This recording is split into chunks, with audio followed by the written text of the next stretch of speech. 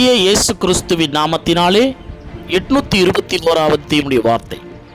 ஒரு அழகிய நிலம், நிலத்தின் மேல் விளைந்த ஒரு அழகிய பயிர்கள், அந்த பயிருக்கு மேலாக ஒரு அரிவாள் நீட்டப்பட்டிருக்கிறது. இயேசு கிறிஸ்து ஒவ்வொரு தன்னுடைய ரகசியங்களையும் ஓமைகள் மூலமாக தான் சொன்னார். அதை புரிந்து கொள்ளுகிறவர்கள் தேவனுடைய ராஜ்யத்தில் பிரவேசித்தார்கள்.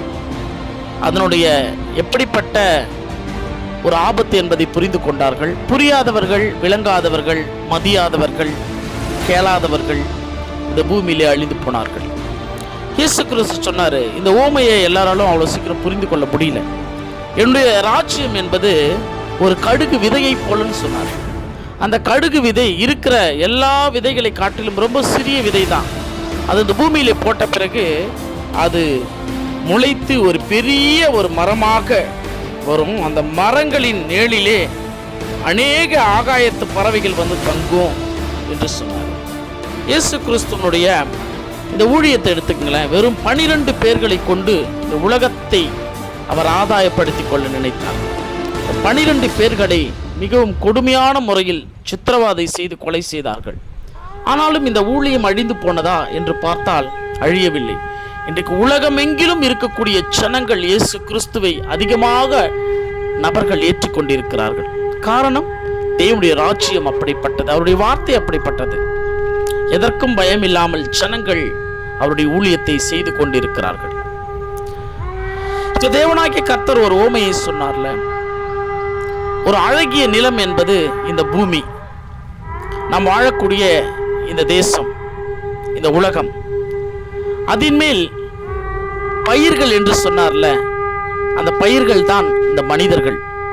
அவர்கள் அநேக விதமான மனிதர்கள் நல்ல ஒரு விளைச்சலாக விளைந்து காணுகிறோம். ஆனால் அதற்கு மேலாக ஒரு அரிவாள் நீட்டப்பட்டு கொண்டிருக்கிறது என்று சொன்னார்ல, அதுதான் ஆண்டவராகிய இயேசு கிறிஸ்துவனுடைய 2ஆம் வருகை. அந்த அரிவாள் இந்த பயிர்களை எல்லாம் ஒரு நாள் அறுத்து போய்விடும். வெளிப்படுத்தின விசேஷம் 14வது அதிகாரம் 14வது வசனத்தை ஆராய்ந்து பார்த்தால் அந்த வசனம் வரும், வெண்மையான மேகத்தையும் அந்த மேகத்தின் மேல் மனுஷகுமாரனுக்கு ஒப்பானவராய் தமது சிரசின் மேல் ஒரு கிரீடத்தையும் தமது கையிலே கருக்குள்ள அரிவாளையும் உடைய ஒருவர் உட்கார்ந்திருக்க கண்டேன். அப்பொழுது வேறொரு தூதன் தேவாலயத்தில் இருந்து புறப்பட்டு மேகத்தின் மேல் உட்கார்ந்திருக்கிறவர்களை நோக்கி, பூமியின் மேல் பயிர் முதிர்ந்தது, அறுக்கிறதற்கு காலம் வந்தது, ஆகையால் உம்முடைய அரிவாளை நீட்டி அறுத்துவிடும் என்று மிகுந்த சத்தமிட்டு சொன்னார். ஆகவே இந்த அரிவாளானது பூமியில் பயிர்களாக இருக்கக்கூடிய நம்மை அது அறுக்கிறதற்கு தயாராக இருக்கிறது. என்றைக்கு அது அறுத்து போட்டு விடுவார் என்று தெரியாது. அதுதான் இயேசு கிறிஸ்துவின் வருகை. கர்த்தராகிய இயேசு கிறிஸ்து என்னும் அரிவாள் இந்த பூமியில் நீட்டப்பட்டு இருக்கிறது. ஒரு காலகட்டத்திலே நோவா 120 வருஷம் ஜனங்களுக்கு பிரசங்கம் செய்தார். தண்ணீரினால் இந்த உலகத்தை தேவன் அழிக்க போறார். ஒரு ஜனங்களும் மழையை காணாத உலகத்தில் தண்ணீரினால் உலகம் அழிகிறது என்று சொன்னால் நோவாவை எல்லோரும் கேலியும் கிண்டலுமாக ஏளனமாக பார்த்தார்கள். ஆனால் ஒரு நாள் இந்த உலகம் அழிந்தது. அன்றைக்கு அந்த நோவா செய்த அந்த கப்பல் என்ற பேழையின் கதவை கர்த்தர் அடைத்தார். ஏனென்றால் பாகுபாடே கிடையாது. கொடுக்கக்கூடிய காலத்திற்குள்ளாக மனிதன் மனம் திரும்ப வேண்டும். கர்த்தராகிய இயேசு கிறிஸ்து அன்றைக்கு எல்லா ஜனங்களையும் அளித்தார். இன்றைக்கும் இயேசு கிறிஸ்துடைய வருகை ஒரு அக்னிமயமாக இருக்க போகிறது. வெப்பத்தினால், அக்னியினால் சுட்டெரிக்க போகிறார்.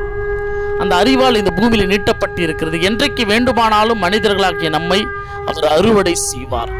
அந்த அறுவடை செய்வதற்குள் இயேசு கிறிஸ்துடைய ரட்சிப்பை பெற்றுக்கொண்டு காப்பாற்றிக் கொள்ள கர்த்தர் ஆசைப்படுகிறார். நீங்களும் ஆசைப்படுங்கள். இயேசு கிறிஸ்துடைய வருகையை நினைத்து பயப்படுங்கள். கர்த்தர் உங்களை அனைவரையும் நேசித்து அழைக்கிறார். அடுத்த தேவ செய்திகளோடு நான் உங்கள் சகோதரன்.